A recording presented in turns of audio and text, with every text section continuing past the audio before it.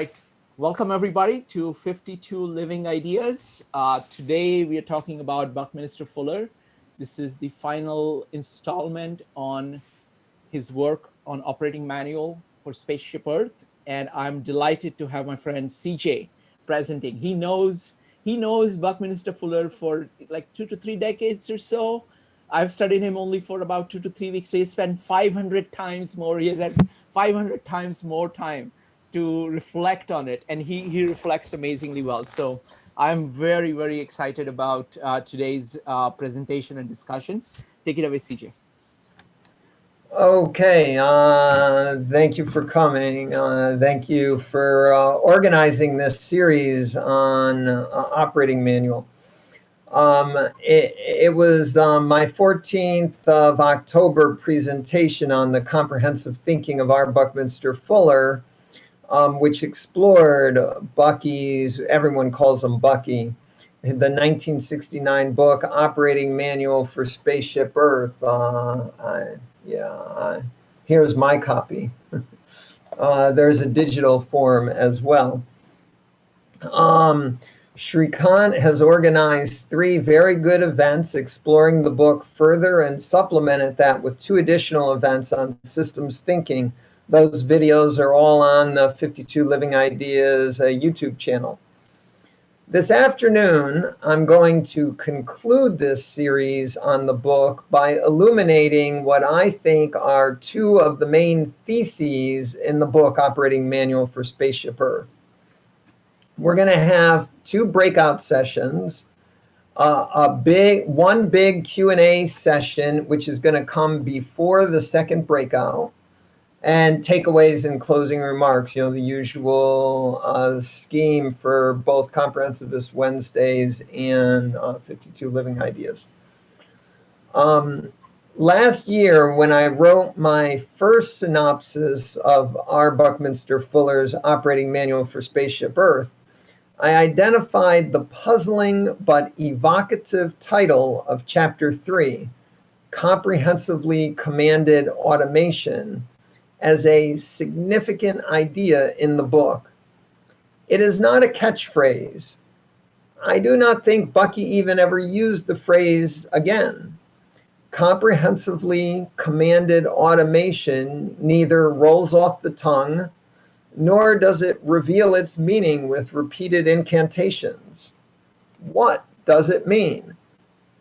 My task now is to show that this phrase portends or indicates a significant idea in the book that resonates repeatedly with its text, revealing meanings that might otherwise be missed. We will see how the phrase comprehensively commanded automation connects with other passages through juxtaposition and parallel word usage to reveal meanings that you may have missed on a first reading. Your task is to assess the potency and value of my interpretation. In the first breakout, which is going to come soon, my presentation isn't that long, right after I introduce comprehensively commanded automation, you will be engaged with a small group of fellow participants to think through the meaning of this expression. It's a bit subtle, so you might want to perk your ears. Bucky's book, Operating Manual for Spaceship Earth, begins by extolling our comprehensive proclivities. That's the title of Chapter 1, Comprehensive Proclivities. I'm going to give a quote. I think this is from Chapter 1. Quote, "In observing a little child, we find it is interested in everything and spontaneously apprehends, comprehends, and coordinates an ever-expanding inventory of experiences. Nothing seems to be more prominent about human life than its wanting to understand all and put everything together." End quote. This is a strong statement for what Bucky calls comprehensivity, and which I labeled comprehensivism in the Collaborating for Comprehensivism website. This quote modifies the meaning of comprehensively in the phrase we are trying to interpret, comprehensively commanded automation. It suggests that comprehensively includes understanding it all and putting it all together. This is the subject of the Comprehensivist Wednesdays events. My next one will be on November 18th, and I'll be completing it tomorrow or Monday. So Bucky begins the book, Operating Manual for Spaceship Earth, with comprehensivity, our effort to understand all and put everything together. He then explores the historical roots of the dangerous adoption, I should say, of over-specialization. With that context, Bucky introduces the phrase comprehensively commanded automation in this passage.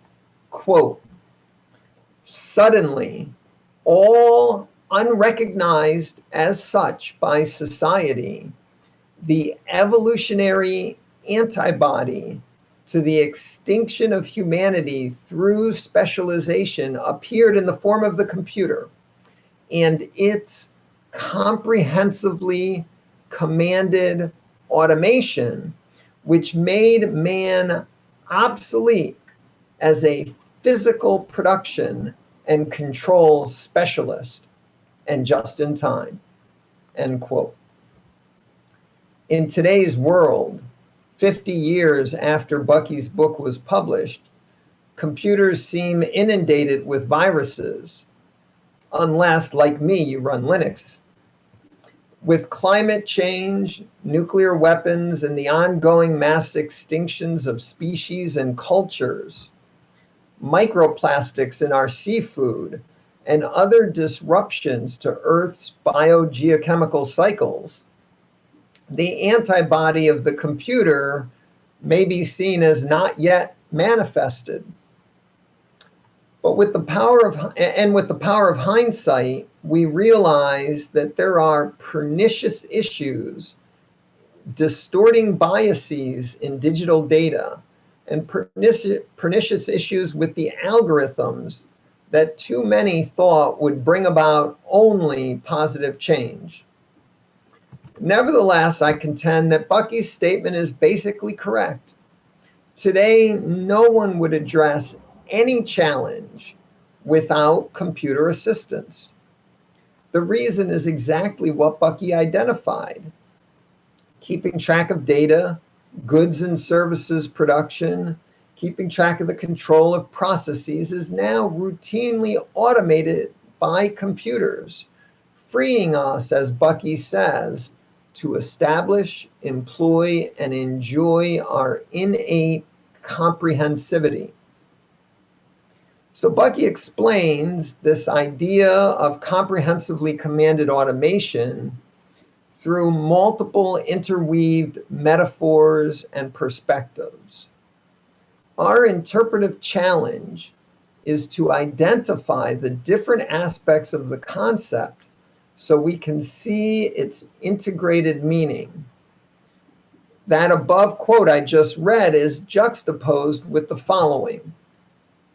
Quote, "Evolution consists of many great revolutionary events taking place quite independently of man's consciously attempting to bring them about. But all the larger evolutionary patternings, seeming favorable or unfavorable to man's conditioned reflexing, are transpiring transcendently to any of man's conscious planning or contriving." The quote continues, "I remind you quickly that none of you is consciously routing the fish and potato you ate for lunch into this and that specific gland to make hair, skin, or anything like that. None of you are pounds and then to 170 pounds and so forth. All of this is automated and always has been. There is a great deal that is automated regarding our total salvation on earth. End of quote. Bucky has clarified what he means by automation. It can be unconscious. It can be widespread without our even noticing it. And we can say more. Comprehensively commanded automation can be seen, as Bucky put it, evolutionary patternings transcending our spontaneous cognitions and recognitions. Our evolution must be considered comprehensively. We ought to strive to see the big picture of evolution. The theme of comprehensive thinking is everywhere in this book. And we now learn we need to think of evolution comprehensively. When we do, evolution is seen as commanded automation. We are swept along spontaneously and unawares to attend to this or that, just like the nutriment in our food. That sense of commanded automation is reinforced at the end of chapter 3 when Bucky uses the phrase inexorable evolution. Our conditioned reflexes tend to attribute human agency to both our history, our present, and our future. Bucky informs us that evolution is to a significant degree commanded automation, inexorable evolution, like the nutriment in our food, which we do not have to consciously route through their biochemical pathways to where they are needed. But I'm adding that comprehensively commanded automation, I think, also refers to our consciously commanding evolution as we help coordinate local universe affairs, as Bucky put it in chapter 1. When Bucky says that we help coordinate local universe affairs, he implies that some evolution is under our conscious control. Before I introduce additional quotes to support this thesis, this inference, I should note that Bucky uses the word metaphysical differently from many others. For Bucky, metaphysical means our thoughts, ideas, theories, descriptions, and principles which are unaffected by physical things like gravity.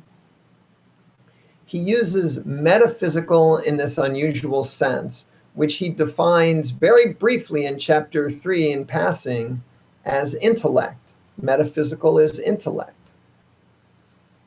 He does clarify its definition bit by bit as he goes.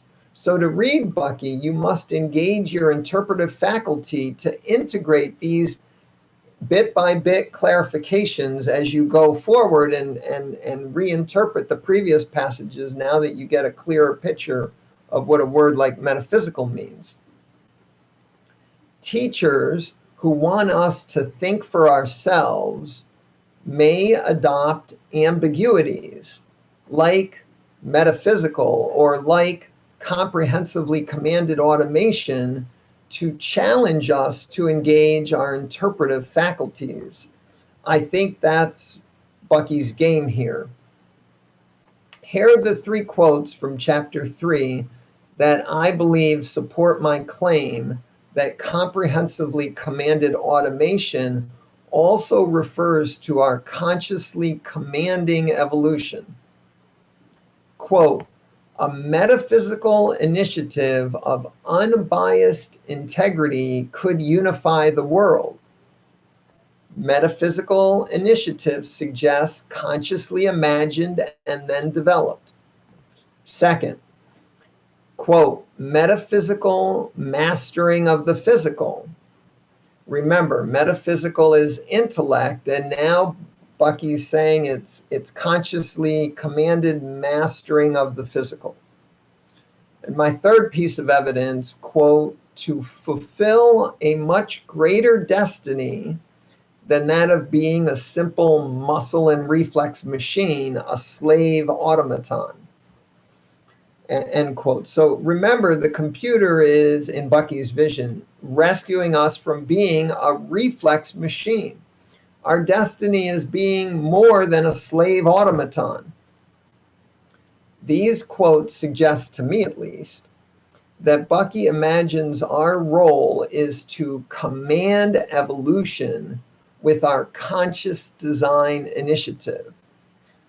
So, comprehensively commanded automation is a moral calling for us to intervene in our forward evolution. Then in chapter 4, Bucky introduces Spaceship Earth and expands our scope to the cosmic. We learn about the automation system governing the Earth and its traveling in orbit around Sun at more than 60,000 miles per hour, while rotating on its axis at 1,000 miles per hour, and the Sun supplying us with vast amounts of energy to service our hurricanes and the rest of our water cycle, while gravity from the Sun and Moon propel our tides, and much, much more. This is again comprehensively commanded automation, just like our nutriment, unconsciously articulated. We might also think of this cosmically commanded automation as our cosmic computer.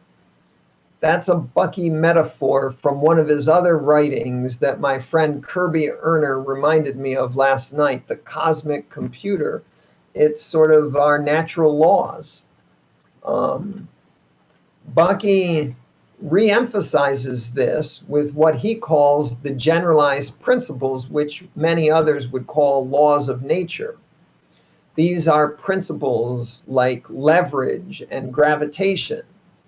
They are comprehensively applicable. They hold in every case, and we are commanded to obey them, always, without exception. They automate the world. We can now see that comprehensively commanded automation also refers to the generalized principles. We use our knowledge of generalized principles to command our forward evolution, to engineer our machines, to grow our crops, etc. There's this fascinating balance, maybe it's a dance, between commanded as subjugating principle over which we have no control, and as command authority of our design initiative, active and passive, conscious and unconscious, interweaved, coexisting simultaneously. This is the integrated sense I get from Bucky's expression, comprehensively commanded automation. I think this is how comprehensively commanded automation articulates the Spaceship Earth metaphor in the book. We live aboard an intricately automated machine, most of whose processes, like the biogeochemical cycles, that impose themselves upon us as inexorable evolution. And at the same time, we are all crewmates working toward our shared forward evolution with plenty of degrees of freedom to undertake design initiatives to shape that forward evolution in preferred directions. So it's time for the first breakout. I have a question to guide it, but Shrikant, you might want to give the rules first. Sure. Folks, we're going to do a breakout room for. Let me ask you one thing, CJ. Do you want to take a couple of questions if things are not clear to people, or would you I prefer think to they're do it not next time? clear. I'm sure they're not clear. I think you should discuss what's not clear with your peers in the breakout. Okay, perfect. And then we will come back, to this for the second part, which is the key ideas of Bucky. So, Yeah. folks, the rules for the breakout rooms is please make sure that everybody has a chance to speak. You start by going around so that everybody who wants to speak can put their 2 cents on the table, and then you have a discussion about it. Do you have any more specific kind of questions? Yeah, I have a simple question. I think we should give them a bit of time because I think this is a lot to work through. My so I don't know. Can we afford 30 minutes? No, 30 minutes is too much. How about 25? We'll split it in the middle. Oh, okay, very good. The question is, what do you think Bucky's phrase "comprehensively commanded automation" means? Were there aspects that resonated with you or that seemed mistaken? Just work through that expression, comprehensively commanded automation. What does it mean? What are you confused by? Okay, very good. Give me just a second. I'm going to start the breakout rooms momentarily.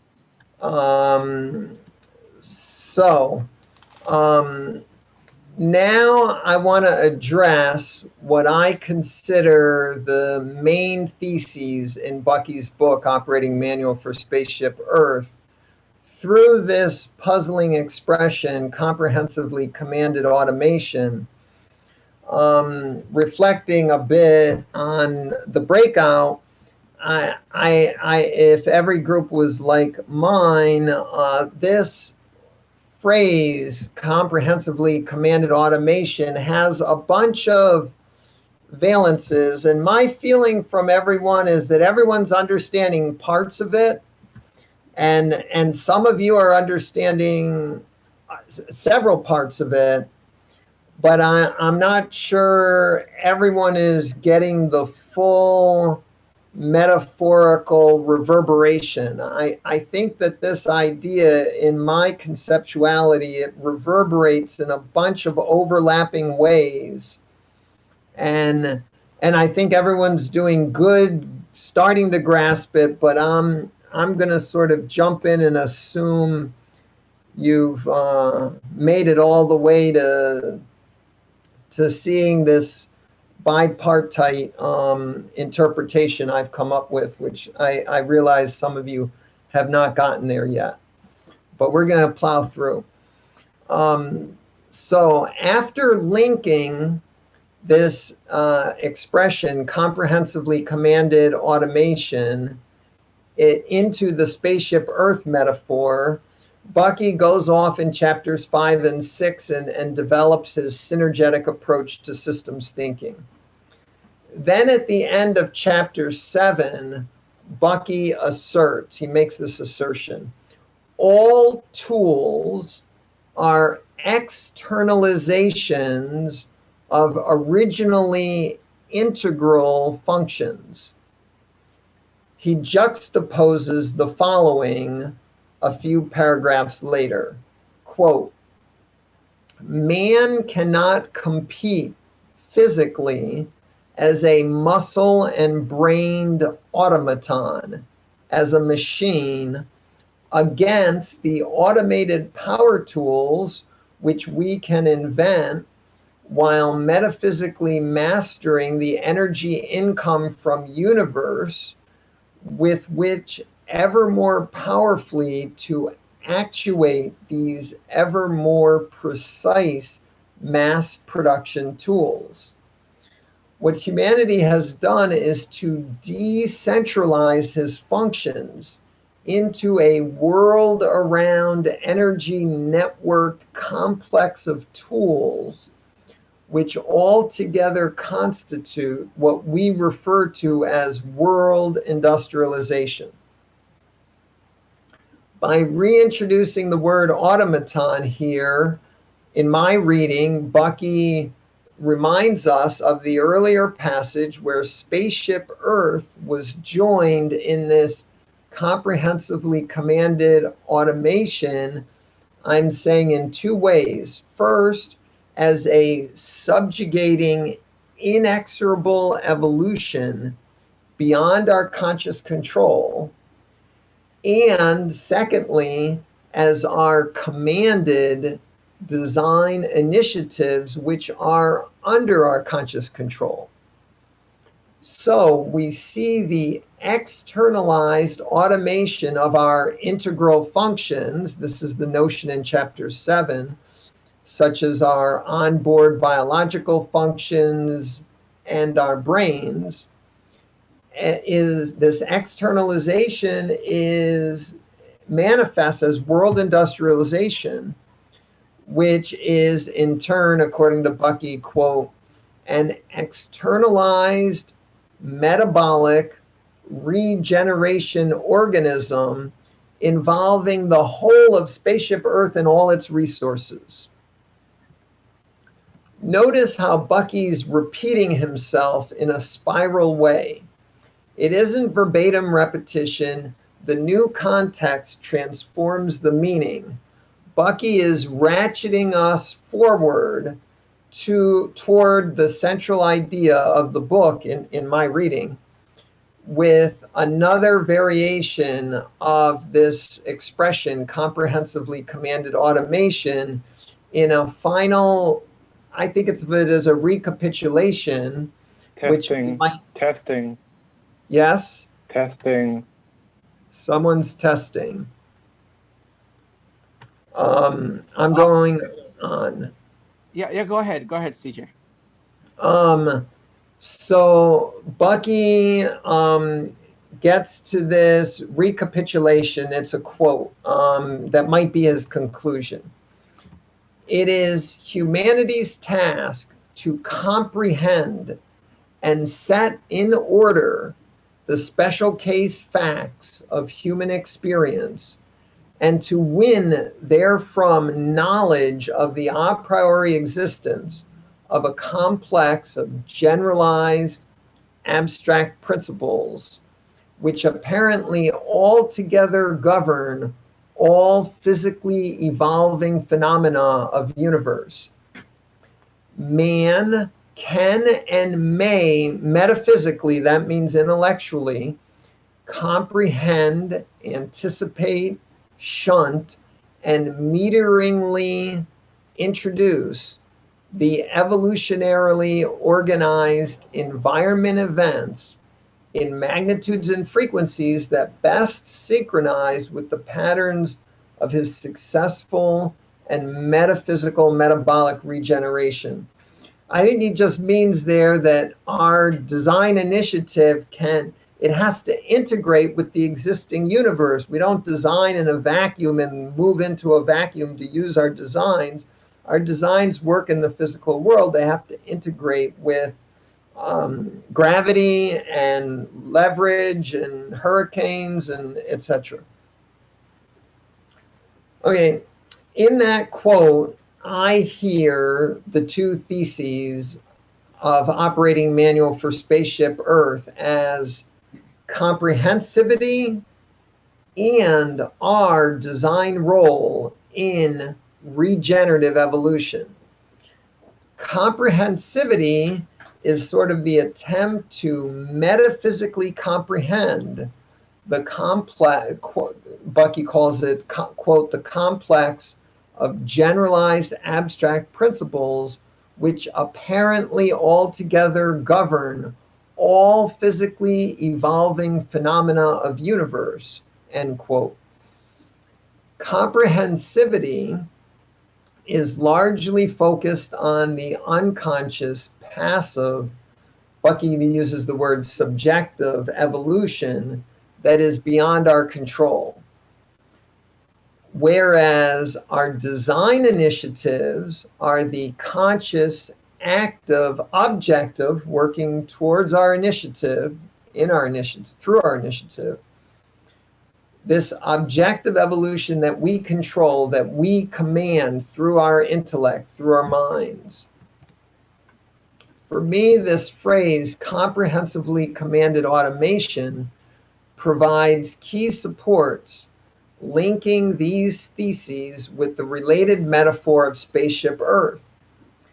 It seems to me a profound vision where our comprehensivity reveals that we are both the stewards of Spaceship Earth and merely surfers propelled along passively and unconsciously by its transcendental evolutionary waves. I think that's Bucky's philosophy in a nutshell. Operating Manual for Spaceship Earth, I think, captures this big idea, but it's implicit, it's complicated, it requires this creative reading that I've tried to outline. It takes a lot of creative interpretation to see it. And I hope I've, outlined it enough that we can talk about it in Breakout 2. But first, we're going to do a general Q&A. Shrikant, I'm thinking we're going to invite, first of all, questions on my interpretation, but also any question you might have about the book Operating Manual for Spaceship Earth. If anyone has read the book, I think we can accept some comments from people who have read the book, what your impression is. Absolutely. Yeah. Absolutely. So we have got 4 rules for questions. Type exclamation mark in chat or raise your hand in Zoom in order to line up for questions or comments. Number 2, keep on topic. Number 3, be brief. And number 4, speak your mind, disagree with anybody on anything, and do so courteously. First up is D.W. Jacobs.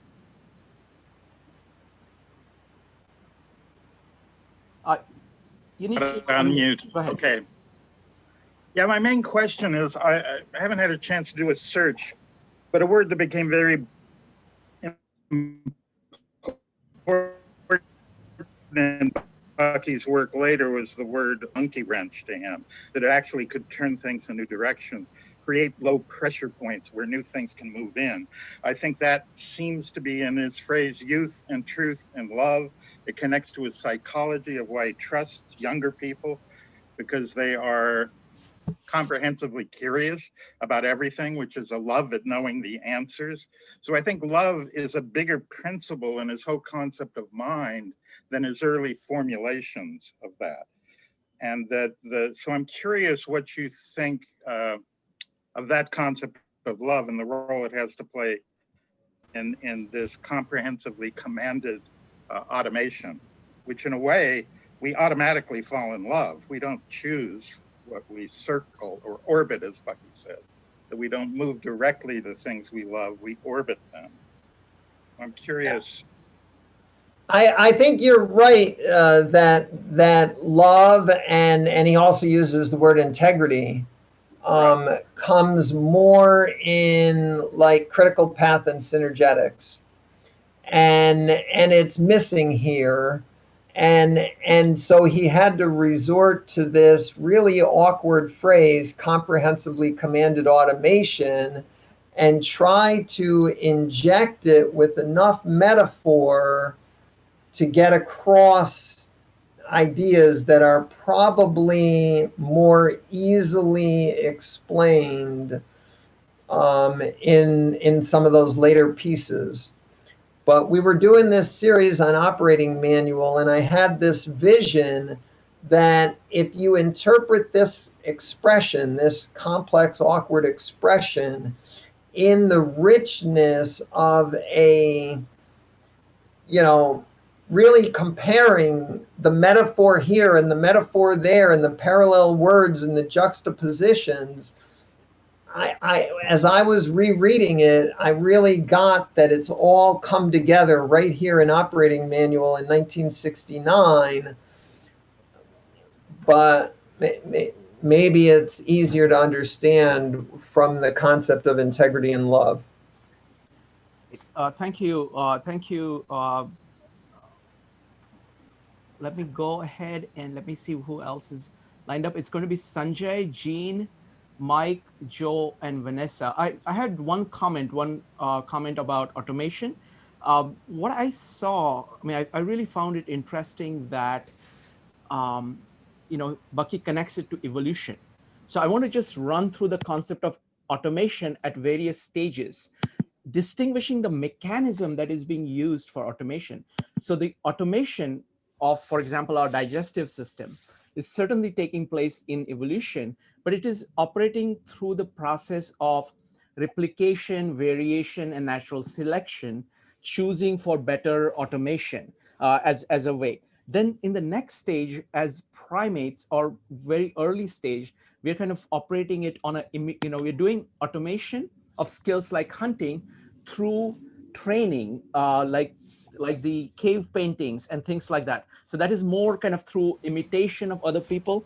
Then you have got advent of writing, which allows for automation on a much larger scale than what was possible within a tribe. Then you come to the industrial stage of automation, where you understand science and technology and use that information for automation. Then you have the computer, which kind of automatizes it at a completely new level. And then you have the internet connected with the computer, where you have automation happening on a much larger scale. So I see this as a hierarchy of progressively deeper and deeper automation. So any thoughts? And I'd go back the other way too, to the chemistry in the biochemistry. So the chemists understand how valence electrons and whatnot automate what's going to combine and what isn't, what's going to attract, what's going to repel. The polar nature of water has profound impact on biology. And the physics, going even deeper into the physics and the subatomic particles and quantum mechanics but what I really like about your sequence, transcending the physical to the intermediate stages of evolution onto the internet, and this is this intertwined connection of bringing intellect in with physics and science, and looking at sort of comprehensively commanded automation from both sides, from both some of us are materialists, like Descartes, and others might be more spiritualists that see, gravity as metaphysical love and things like that. So it integrates the human and the scientific in a fascinating way. Thank you, CJ. Next up is Sanjay. Yeah, so I had more of a comment on this. So I did read the book, and to me, I mean, he was talking. There are two words that he primarily used to describe this concept of comprehensively commanded automation, and that the words are physical and metaphysical. And I think he used this concept. He described it to set up the goal that he had at the end of the book, which he got to at the end of the book, which I believe this was his principal message for humanity, and why he chose the title he did, of Spaceship Earth. So these two words, physical and metaphysical, I take to be at the center of what he's talking about. CJ, when you started talking about the materialist and the spiritual, again, that ties into the same, that the materialist is a physical, and metaphysical is a spiritual side of things, or the world, views of the world. So when he's talking about automation and computers, which is what he's referring to when he's talking about comprehensively commanded automation, he's talking about the material world, and he's talking about how much of the world can occur automatically. For example, when he talked about digestion, evolution, motion of planets, and the solar system, these are all material bodies that are governed by physical rules. And then juxtaposing that, he talks about the metaphysical world, which requires conscious thought, thought-based people. And so I think that the main idea in this is he's using this phrase comprehensively commanded automation to describe parts of the world that can be automated, for example, through computers. And so he wanted us, at the end of the book, I took this meaning that he wanted humanity to focus on this spaceship that we call Earth, which has limited resources, and he wanted us to take care of it and use it adequately. But he said that we have two tools to do so. He said that we have these automatons, which are computers, which are the comprehensively commanded automation, and that can automate an immense part of what is required for us to live and to operate in the world. And that frees us up. Once we have these computers, so to speak, doing all these complex things, that frees up humanity to focus purely on the metaphysical tasks of thinking. And in his view, I suspect he thought that computers could not think. So that's why he was saying that humanity would then be freed up to do all the heavy lifting, so to speak, of making sure that our spaceship Earth survives and that we succeed. Thank you, Sanjay. That was, oh, go ahead.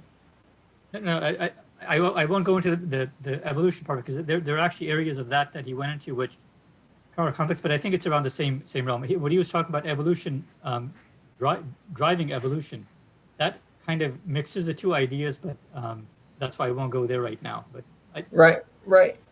Saying. And you're right, that would get us into a long digression. But that was beautifully put. Thank you.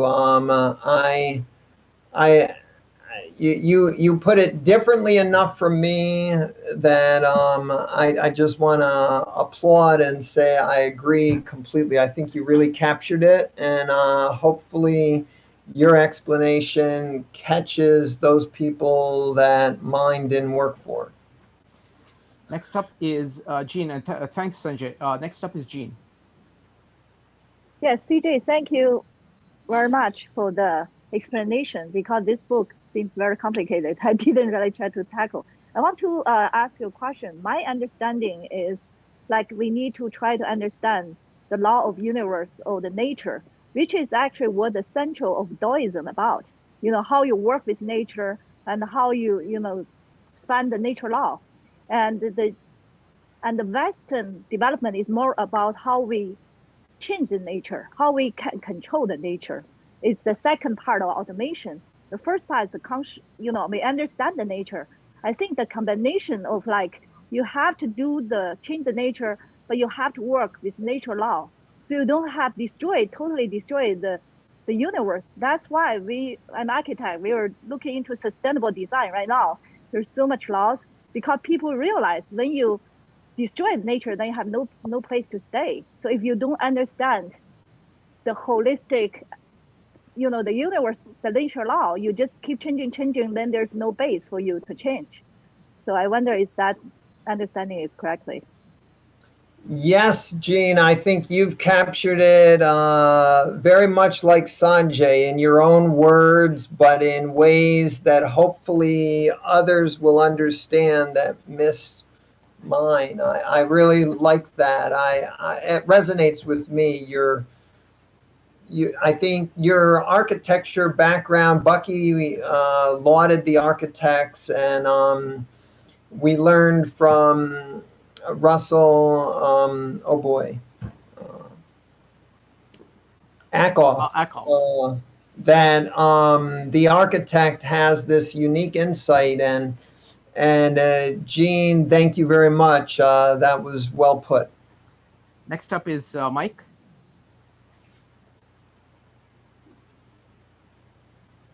Which Mike? Are we talking about me? Let me see. Were you the one who raised your hand? No, I think it was the other Mike. I think I was the one who raised my hand. Several people raised their hands. I think that it's a miracle that he came up with that kind of analysis 50 years ago.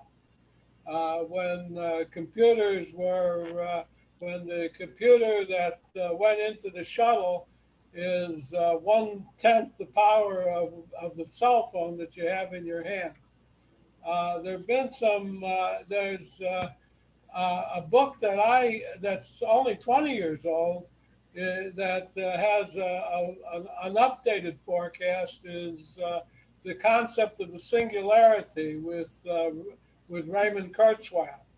And he predicted that in 2030, which is getting closer every day, that computers will pass a threshold where they'll be smarter than people. And they'll even be able to beat us at chess. But they did that already. But the point is that the current stuff in computers is in books, in organizations, or magazines, or journals, like the Transactions of Artificial Intelligence.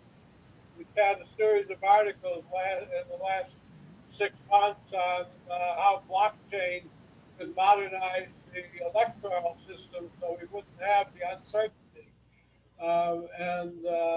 And little things like when computers are smarter than people, we will be able to achieve things that we've not been able to achieve. One of the other books that Kurzweil wrote is How to Live Long Enough to Live Forever, which said what computers are going to do, what the singularity is going to do for modern medicine and medical ethics.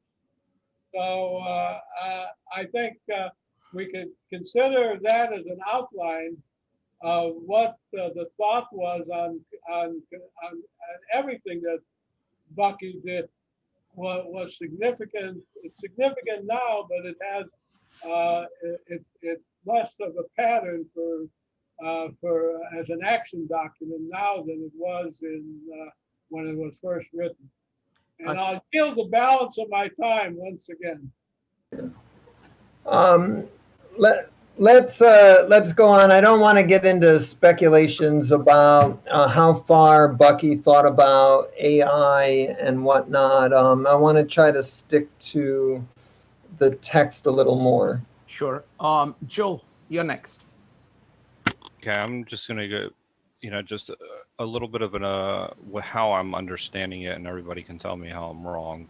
I would really appreciate it if you would. I wish Bucky were alive to tell me how I was wrong, quite honestly.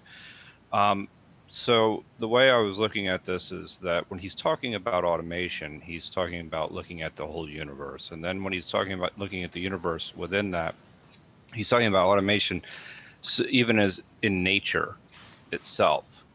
And these principles that we have that then govern how, and it could be physics, it could be biology, it could be whatever it may be. Then he gives us a set of tools to understand the interactions underneath that, where we can start to use the metaphysical and the physical and the micro and the macro, right? So we can start to have these ways of assessing the world as a whole. Then from there is another process where we start to he gives us the typology, geodesics, energetics, and things along those lines as tools for assessing that in our interactions underneath these generalized principles. So let's put it into maybe a more practical concept that I'm trying to do, but I don't know if it'll be really far off, is that I was looking at it from the biological aspect of it, how the idea of we have, and I'll just use Kahneman's example of system 1, system 2 within in this process, and the idea that we have these automatic thoughts and then we have these conscious thoughts, right? And then what is physical and what is what is non-physical, and then how this interacts with something. And even the connections within our brains themselves, and Sanjay could speak to this much better than I, but even the connections to our brains ourselves, how topology actually may help explain how we make these certain types of connections. So that this is kind of taking this whole system, and boiling it down, but that's just under one principle in one area of biology. Then how that whatever that system operates within the physical world and the rest of the world is also has to factor into our analysis. And then we can kind of get to the ideas of energy as well. There's a whole lot, but I think that there's it's a framework for basically analyzing our everyday interactions within the whole entire universe. And he actually does a very good job of capturing, I think, in my personal opinion, what the universe actually is and how we function in it. And even with the degree of social systems. So I actually see something like Srikant's model, that his four systems model, also fits in very, very nicely within Bucky's framework. I still have to draw that out to really make it make sense to me, but I could, in the sense that if I drew certain principles out, and then how metaphysics and physics and the micro and the macro work together to help us explain systems. Anyway, I don't want to go on too long because it's very abstract, but I think I'm getting it, but just help me understand where I'm getting it wrong, and then we can go from there. No, I think you've got it right. I think it is very complicated when you start getting into the micro incisive, and then you try to go back to the macro comprehensive, and then you see the dynamics of how mind and social interaction and physics and chemistry and biology are all, that's the world we live in. It is the everyday world. And that's Bucky's game plan. Is his audacious claim is that this system he calls synergetics gives us a way to understand all that. And I think Operating Manual, the book we've been reading here, does an excellent job of sketching it. And now that we've got a sketch, and we see how a couple of the pieces, but you can't see all the pieces because it's so complicated. And synergy is always playing a role, which means that as you see the pieces, you have to actually see how they integrate into the larger systems, which makes it even more complicated. And so as you get into an analysis of it, you can get bogged down. So you have to work at this very abstract level where you start to get the constellations fitting, but because you haven't gone in depth on every subsystem because you don't have time enough in your lifetime, you only get this sort of sense of it. And what Bucky has succeeded, in my view, and I'm glad to hear you're starting to see it too, is in providing, as you called it, a framework, a way to see how these dynamic pieces fit together, and to give us some metaphors like comprehensively commanded automation that we can use to sort of dig into it a little bit. Can I ask one more quick question? Yeah. So like the Einstein's theories of relativity, he's kind of using that as a way of defining how nature is automated, right? So that's a form of automation, and how that's in like an automatic. So that would be the equivalent in our brain as an automatic process that automatically, or in our bodies for that matter, whatever it may be, but it's an automatic process within physics or nature. Is that right? Am I understanding that correctly? Yeah, the cosmic computer has Einstein's laws, it has gravity, it has leverage, it has biochemistry, it has probably some geology, or and there are different levels. Like some people might say, well, geology is just piles of chemistry and physics underneath it. But we need to go to all the different levels. and depending on how we're thinking, what problem we're trying to solve, what subsystem we need to analyze next, we might need to go at an intermediate geological level or so world industrial level, or there are all these, and how do you get a handle on this complexity of the world that we're supposed to, in 3 minutes in a voter's booth, decide the fate of the universe? Thank you, Joe, and thank you, CJ. Vanessa, what's your question? You're next. So it's going to be Vanessa, Miguel, and Michael S. Vanessa, go ahead. It's the first time I heard of Bucky was when you led a meetup a while ago, and I initially thought it was a science fiction novel. But I think some of it is like the syntax and the terminology, and I think it was kind of like a disclaimer warning out to us, as if you compare, let's say, a canoe to an airship carrier. We think we're the airship carrier, when in reality we're the canoe. How we're the repercussions, and we're part of a greater thing out there. And I think also repercussions, like imagine if we decided to somehow get the asteroid that's worth 8 quintillion, and how that may alter the gravitational field and like repercussions.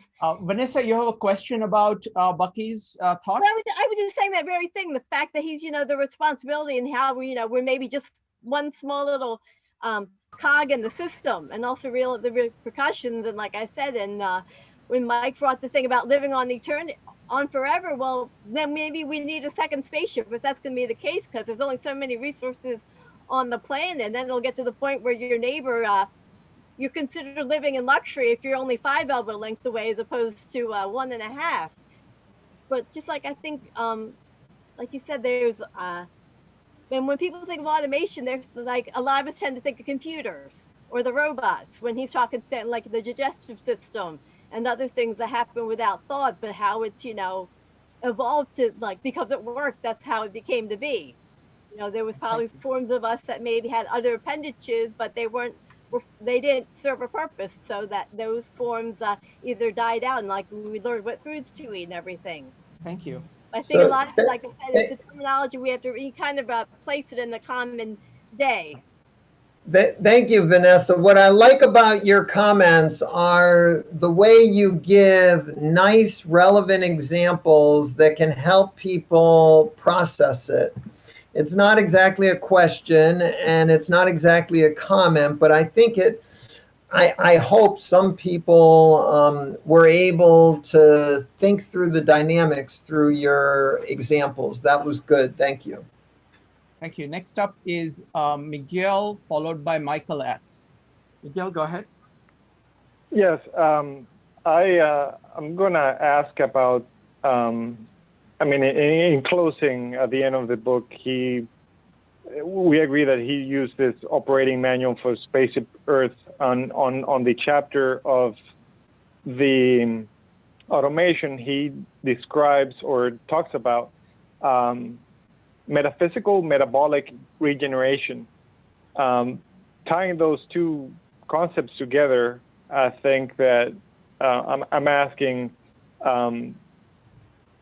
is the perceived role of humanity, in this case, to be more of a steward versus the exploiter, and using universal laws and constructs to help steward the earth into, call it, better health instead of degradation. Yeah, that's an important subtlety. If you read the book, chapters 6 and 7, I think, explore the concept of wealth in depth. And the sense I get from that is Bucky is very concerned about the exploitation for the benefit of wealth that pollutes. He complains about pollution in the book and so on. And yet he is arguing for this industrial system that most of us think of, sometimes some of us think of as exploitative. And indeed, the industrial system has been exploitative. You know, the workers in America are too expensive, so we go to China. We raise their standard of living, but you know, now they're wage slaves, and so there is this big moral issue that is there. Um, the way I think Bucky's thinking of it is the resources of the earth are very widely distributed. And we need rare earth metals.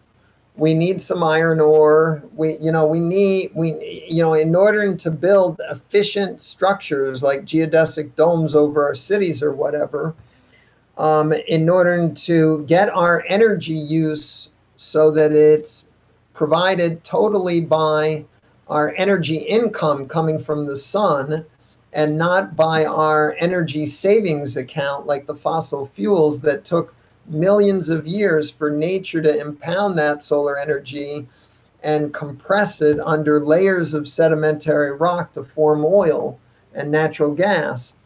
But in order to, thatched huts aren't going to be able to house the millions of people we might need in order. Well, one possible interpretation is in order to service millions of people to figure out, we've got some big problems. We've got climate change. We've got, there's a super volcano in the Midwest of the US called Yellowstone National Park that might blow in the next, 10,000 years, 100,000 years.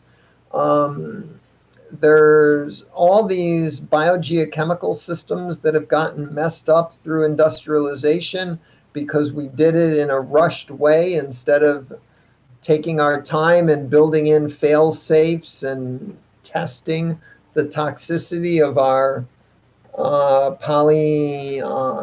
polymer clothing that's now getting into all the ocean aquatic life. In 5 billion years, the sun is going to heat up, and Earth may not be habitable. And I don't see anyone in corporate America or in government or in big religion worried about how we're going to deal with that crisis. And we've only got 5 billion years to figure it out. I mean, so what I'm feeling is that Bucky's saying in order to solve these really big problems, like the making the universe eternally regenerative, metabolic function forever, not just through the next climate change years, we're going to need to do some big engineering. And to do that big engineering, we're going to need to get the rare earth metals and the precious metals and all the ores together in a world industrial system. And he complains that we're doing it poorly. We're polluting too much, and we're, doing it for money motivation instead of for making the world regenerative, which is what I hear him arguing for. So I think I'd have to write another essay to fully explain, but maybe that touched it. So a quick comment on that. I just wanted to say that on the vision of industrialization, can we say that when humanity points the gun at a target, I'm talking about whatever it is, if it's poverty, cholera, disease, hunger, whatever it is, as an industrialized approach, they have been able to overcome some of those things. But going back to Bucky's topic is that, sure, we can do that industrially, but we have to be more precise and more accurate in how we do it in order to continue to live on Earth for a longer time. Yeah, and what's the what's the ethical responsibility? Is the ethical responsibility to make the world work for for everyone, or is it to get 5% of the world's population to have so they can, turn the rest of us into slaves? What are we trying to achieve here? And Bucky's objective is exactly what you said: metaphysical, metabolic regeneration, not aggrandizing the wealthy and enslaving the rest of us. Next up is Michael S. Yes, I don't know where to begin, but what I would say is that I think Bucky today would be considered somewhat of an anachronism. He had the luxury of philosophizing. We're at a critical inflection point now where we don't have that luxury. Now,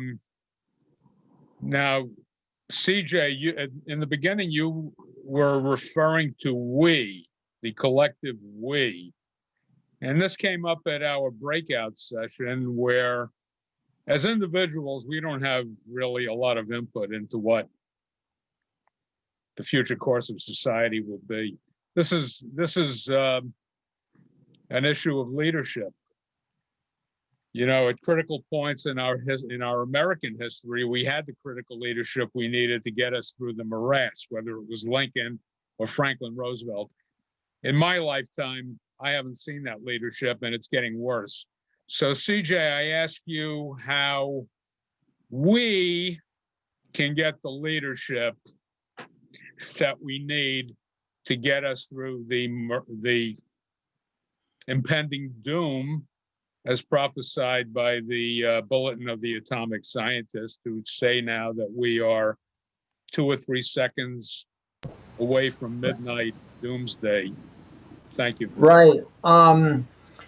So I think each of us needs to answer that question in their own way. My answer is I think the fundamental problem is we're missing a deliberative system. We're missing forum for thinking through the issues and creating a collective intelligence.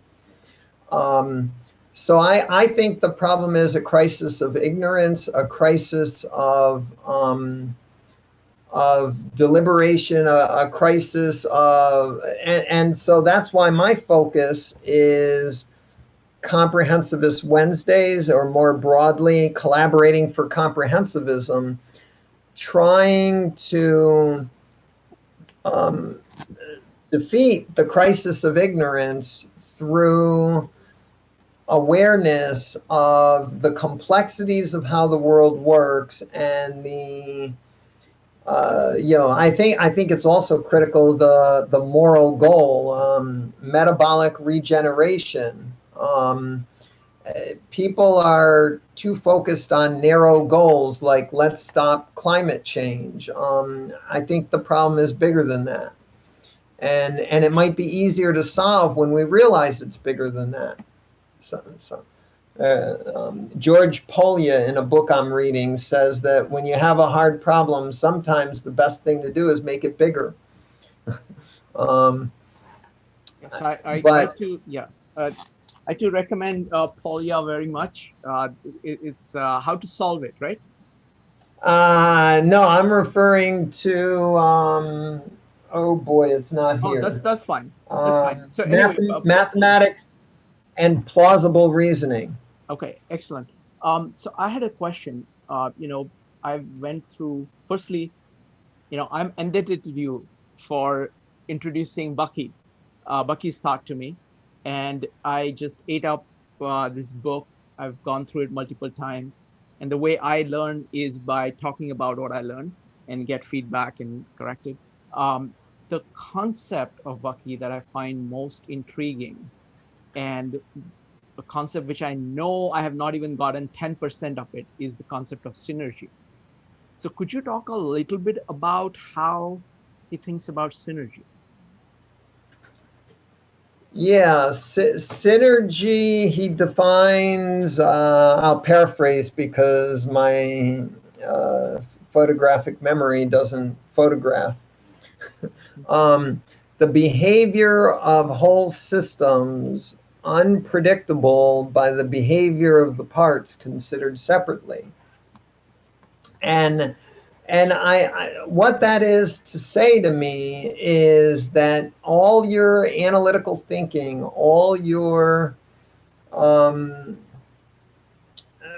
all your small problems thinking is always inadequate. You need to consider the whole to understand the full behavior. That you're always going to be a little bit blinded by looking at the parts.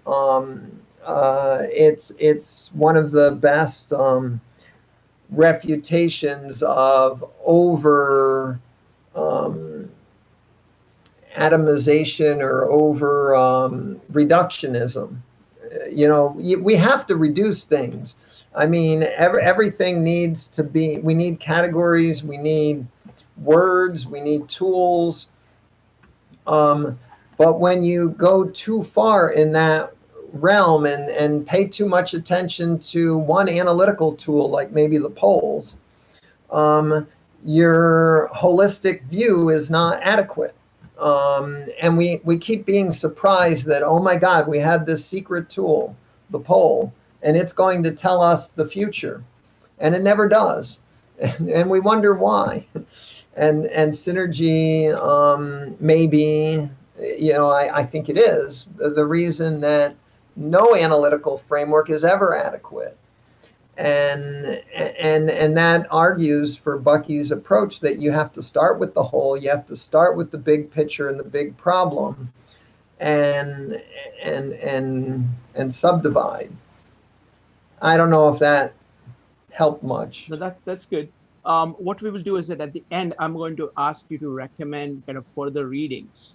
You know what? Let's do it now, because there are many people who have read the book with us, and if they want to learn more about Bucky's ideas, what are the next steps that they can take? What I did in college was Critical Path. It turns out Critical Path is now freely available. It's a long book. I've been thinking for several years, how do I bring Bucky to the thinking society? How do I bring Bucky to any group where people can't be expected to read a 300-page book?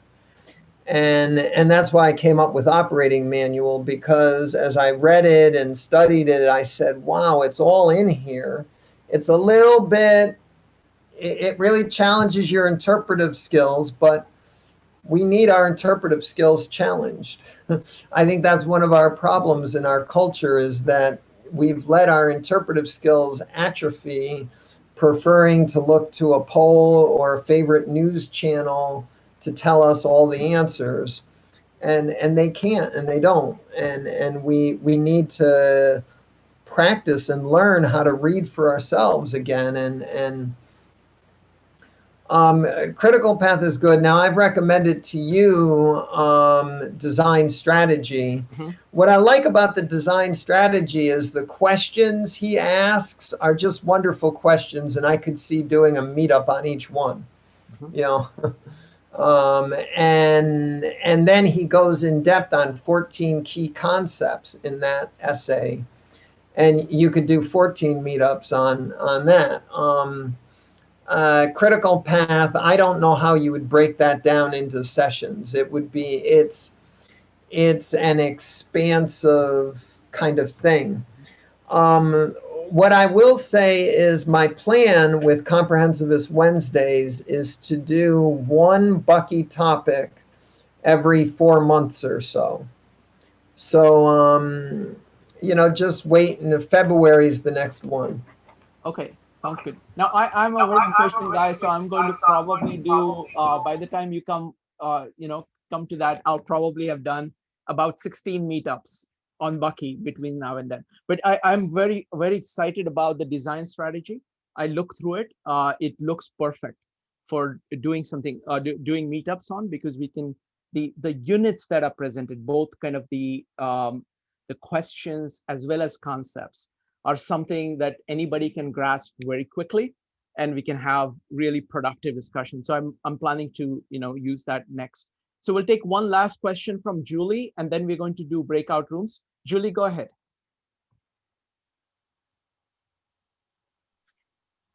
Hi, I didn't read the book and I was having some trouble understanding, but I'm kind of thinking along the lines of, we talked in our meeting about me going through the day, and I kind of will start doing the little things and then get distracted. And I have to like bring myself, do a timeout. Am I on task? What is my goal here? And without that, I could get distracted forever. Or if we all were reactively thinking all the time, the whole world could go totally chaotic because nobody knows what they're doing. They're just running scripts without any foresight. So I think that we're all looking for the truth and how the world works. And at least I come to these meetings to find a paradigm that works for me by exposing myself more. So if you would, comprehensiveness, the curiosity, we could become the leaders of the world that could think things through. I mean, I just think these effort, would he say that our efforts are along the lines of what he would recommend? That is one. Yes. There's a passage in Critical Path where the things to do are the things that you see need doing. Get to it. Hop to. And I think comprehensivism and getting this broad perspective is critical. None of our politicians have it. If we don't have it and then teach them, who will?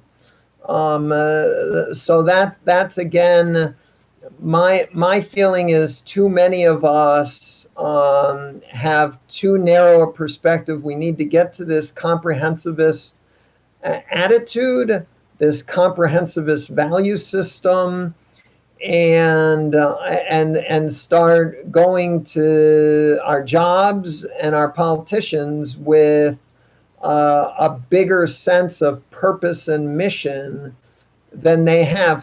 Bucky said it well. Politicians are followers; they're not leaders. And if the society had some really energetic vision behind it, but we've all been so specialized with our careers and our educational system. And so Shrikant and I have organized these Comprehensivist Wednesdays as what we hope is a bit of a tonic to provide people and a forum for developing this capacity to bring greater vision and value and understanding to all of our problems. For me, I think it's one of the missing pieces that I can work on. There are 1,000 other critical issues that need to be solved. If the fate of the world depended on me and Comprehensivist Wednesdays to solve all the problems, we're probably doomed. But fortunately, there are upwards of 8 billion other people, and each of them is going to do what they see as important. And probably each of our efforts will synergetically combine into something we can't anticipate. And how do we precipitate that? Full steam ahead. Wonderful. And CJ, it's always an honor to work with you on this project. This is a well-worth project, and it's wonderful to have somebody like you to work with on this. So we're going to start the breakout rooms. What question do you have for people in the breakout? Since we're running a little bit late, maybe we'll just do 15 minutes. And sure. I'd like everyone to think about the interpretation of comprehensively commanded automation and its relationship to comprehensivity and regenerative evolution. That was my thesis, that operating manual is about these dual overlapping ideas of comprehensivity and regenerative evolution. Michael called it metaphysical metabolic regeneration. Actually, that's a quote Michael repeated from Bucky. What are the strengths, deficiencies? What do you think? What are you? Some of you are probably confused.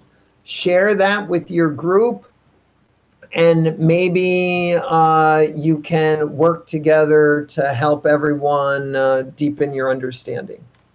Wonderful. And then after those 15 minutes of breakout rooms, we're going to come back into this main room, and then everybody will get 1 minute to talk about their takeaways from this meetup. I'm starting the breakout rooms now. Right? Everybody's back.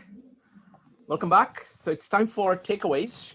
You can either talk about today's meetup, you can talk about the entire series, what you can talk about Bucky's thoughts, or what you learned from Bucky. You got about a minute. So I'm going to call on people in the order in which I see them on Zoom.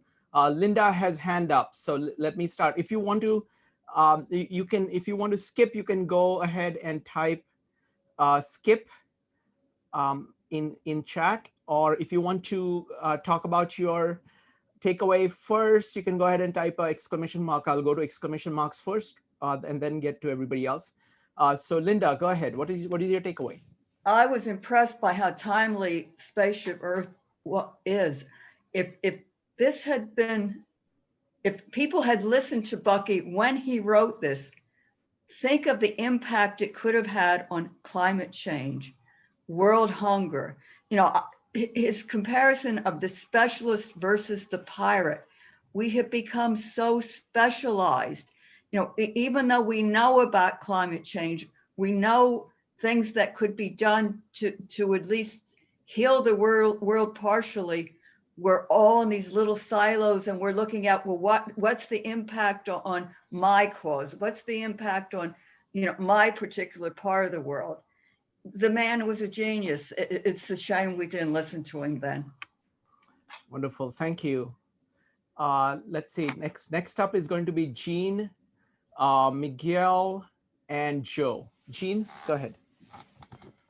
Yeah, we have a very interesting discussion. Luckily, we have two people who actually study in some sense of AI. So I was asking, you know, Bucky actually revealed the danger of industrialism to human being without holistic picture. But we are confronting the AI, which may have even bigger challenge to humans. And how we facing that, how we preparing for it. This is a great way for us actually to work together interdisciplinary to facing this, and it's all going to happen soon, you know, to solve it before it's really damaging. Thank you, Jean. Next up is Miguel, Joe, and Akavi. Miguel?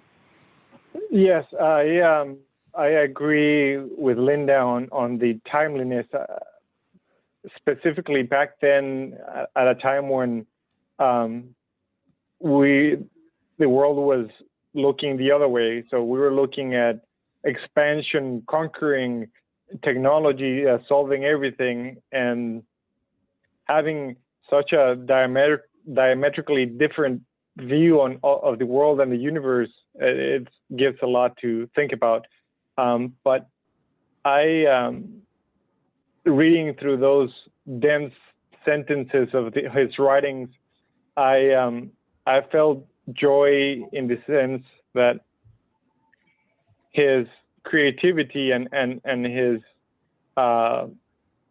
invitation to think and come up with solutions from so many different angles, on every aspect. We're talking about physics, mechanics, biology, et cetera, et cetera. So it's very empowering to read his writings, even though they're very dense in most cases. But I think there's a lot to be taken from his books and writings.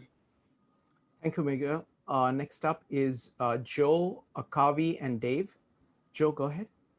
I just want to extend a debt of gratitude to CJ and Shrikant for hosting these three sessions. I think that they've been really helpful in helping me understand a little bit more about Bucky and actually the idea of just how to think in terms of the whole systems. One of the things that actually the main thing I took away from this was that he wrote this without spell check. Like, I couldn't believe that. But no, I mean, no, the idea that he wrote this in a time that that he gave us a set of tools that kind of makes sense to me, and I can go back to it and I can revisit this and come up with my own interpretations of it and see how it works within specifically your framework, Shrikant, because I really do think that there's a lot of linkages there. The other thing is that just to think comprehensively is to think outside yourself, I think is really an important concept to walk away from. But there's a lot of things I took away from this book. I can't capture them in a minute, so I'll just say thank you to CJ and Shrikant.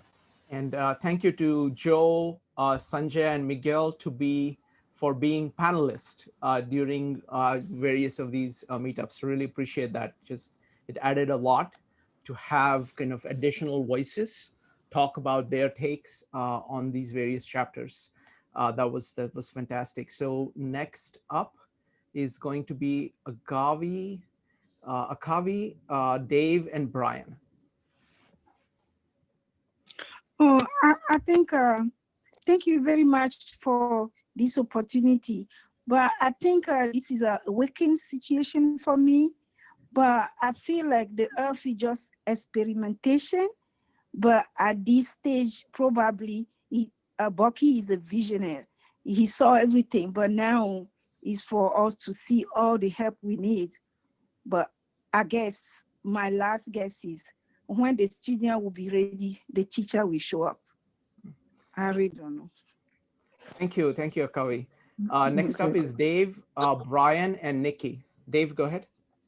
Thanks, Shrikant and CJ. Very good meetup.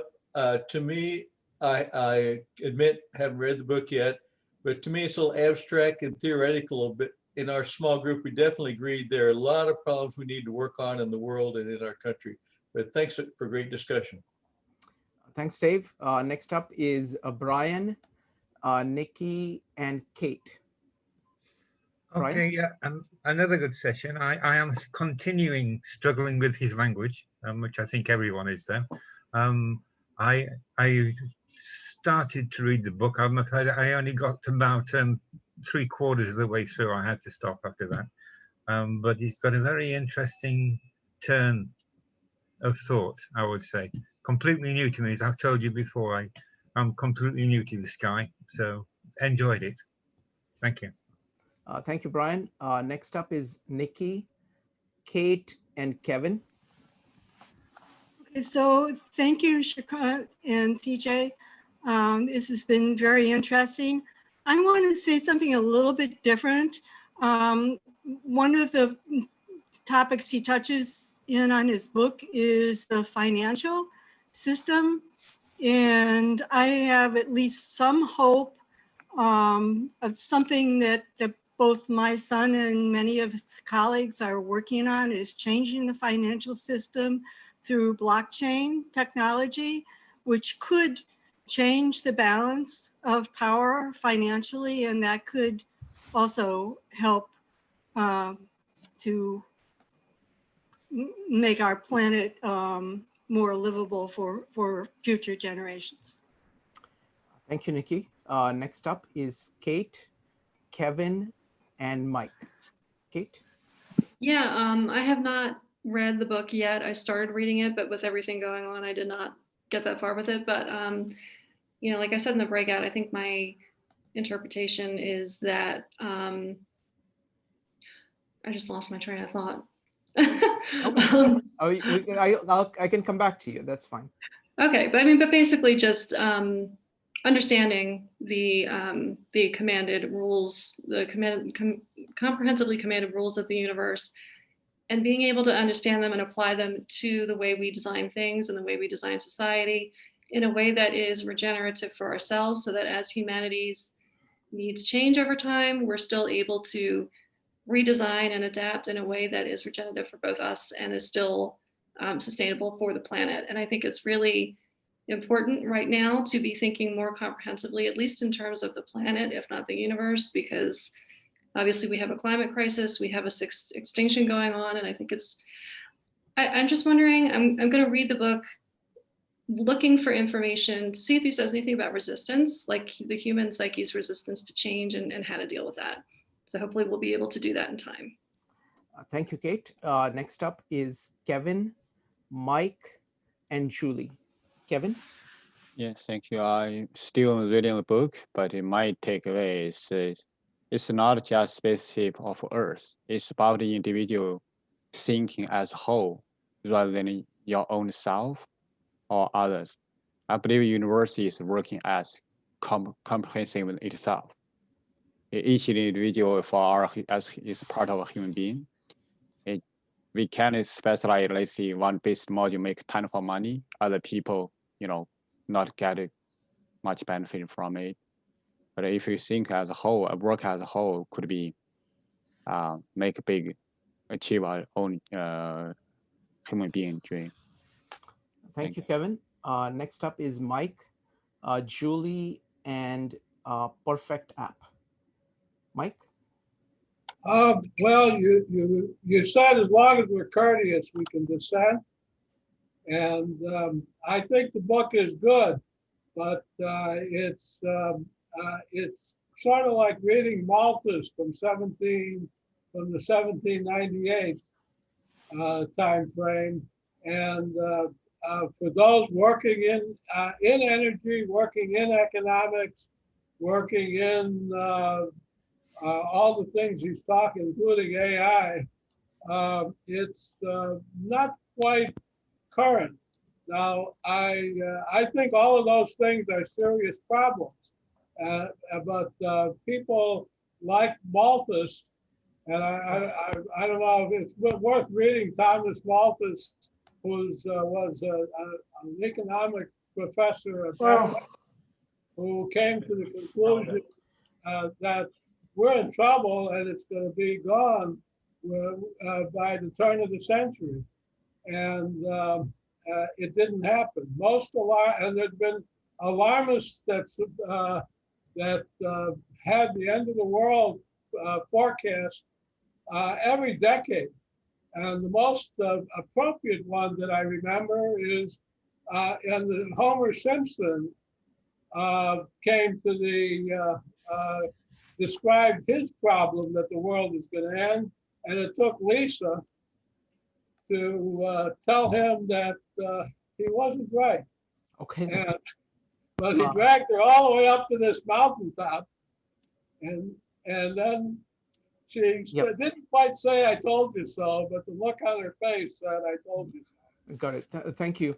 Next up is Julie, Perfect App, and Marty. Julie? I just want to say that this meetup, as well as all the other ones that I've done with this group, what a wonderful, wonderful way to learn and to learn new information and to discover about yourself. And I mean, not even of reading this book, I've picked up things just by hearing a little people's take on it. And it's got me thinking, this is wonderful. And it's better than going to a lecture and then there's Q&A. This is very, very intimate and personal, and better than reading a book. It's like hands-on. Thank you. Thank you, Julie. I think that's exactly what we're trying to do. And I'm delighted to see so many great people keep coming here and keep coming back again and again. So really appreciate that. Perfect App and Marty next. Hi, I'm new here and I didn't read a book, and it's kind of shameful which book we should read. Sure. But but it was a really great meeting, and it was like a lot of people's opinion was really interesting. So so today's my first day to for the meet up too. So I will continue to joining, and and I'm sorry to ask you, but could you tell me which book? Sure, it is Operating Manual for Spaceship Earth by Buckminster Fuller. So you can just search for it. There are free, if you look at the meetup page, there is a link to free PDF as well as HTML version. So you can go from there, and you're welcome. You're always welcome here. Next up is Marty. So this was also my first meetup with this group, and I'm very grateful to have connected with you all. I got a lot out of it, and it was interesting to kind of do a time lapse back 50 years to see the kind of thinking that Buckminster Fuller was sharing in his writings. I recall that was the year of the first Earth Day, and in some ways we've come a long way since then, and in other ways we have a lot further still to go, and especially since the population of our planet has doubled or more than doubled in that time. So I think that was one of the things that Malthus was concerned about, if I remember correctly. And so I look forward to future meetups. And again, I came away inspired and desirous of delving deeper into some of Bucky's work and seeing how we can apply it in our lives today. Thank you. Wonderful. Thank you, Marty. So just want to let you know that we do these meetups on 52 Living Ideas every day, 9 p.m. Eastern time. And on weekends, these days, we are doing 4 meetups, 12:30 p.m. and 2:30 p.m. Eastern time. So I just want to tell you about what's coming up in the Comprehensivist Wednesday series. I'm going to be talking this Wednesday about the idea of syntopical reading. How do you read across multiple books? Basically all the books that you can think of on a particular topic. How do you go between that? That's the idea from How to Read a Book by Mortimer Adler. I'll also be discussing his work on great books. He's produced something called Syntopicon, where he looks at all the philosophers, scientists, novelists, and asks the question, what do these people talk about? And he has identified these 103 great ideas, which is a great example of how do you pursue kind of this comprehensivist or polymath approach to learning. So that's going to be on Wednesday. The Wednesday after that, Joe is going to be leading a meetup on the book Range, which is about the power of polymaths. The week after that, there is going to be a person who has interviewed more than 60 polymaths, and he's going to be talking about his experiences with those interviews. And before that, CJ is going to be, CJ, can you just talk briefly about what you're talking about? Yeah, so tomorrow or Monday, almost certainly Monday at the latest, I will be posting an updated event description. There's a 2-hour video. We're going to be exploring the ethnosphere and comprehensivism. Check on Tuesday or Wednesday. The event is November 18th at 9 p.m. Eastern time. And by Tuesday, it'll be posted. So if you're interested later in the week, check the event page for November 18th. Sure. In addition to this, we do the number of meetups. So tomorrow, for example, at 12:30 p.m. Eastern time, we're doing a meetup on cause and effect. What are the various things that affect our emotions? And what are the various ways in which emotions are getting impacted, and how do they work across time? So that's at 12:30 p.m. Eastern time in a series called Philosophic Calendar, which looks at all kinds of traditions of different cultures and studies different aspects of human beings across the yearly cycle. That's every week. And at 2:30, I have a presentation by a gentleman who's written more than like 2 or 3 dozen books on systems engineering, but we're going to be talking about, his name is Tom Guild, and we're going to be talking about 10 life principles. He has 10 principles of life, which are very general, useful principles. And he's an amazing guy. So I'm going to be talking to him about that at 2:30 p.m. Eastern time. On Monday, we are doing kind of, there is a book called Outwitting the Devil by Napoleon Hill. On Tuesdays, we do mindfulness meditation. Wednesdays are comprehensivist Wednesdays. Thursdays, we are doing a series called Maps of Meaning by Jordan Peterson. It's mostly Carl Jung's thought on that. I think then on Fridays, we do self-improvement. So this Friday, it's going to be about how do you fix bad habits? And it's so, and this is just 1 week, and we do this every day. So folks, I'm always grateful to see great people coming here and having a discussion. The format is designed not only for just one-way communication, but intimate communication, large group communication, using all kinds. So this is, the vision of, CJ as well, of having this kind of collaboration between people across the world. So just delighted that you're here, and we'll see you soon. Bye.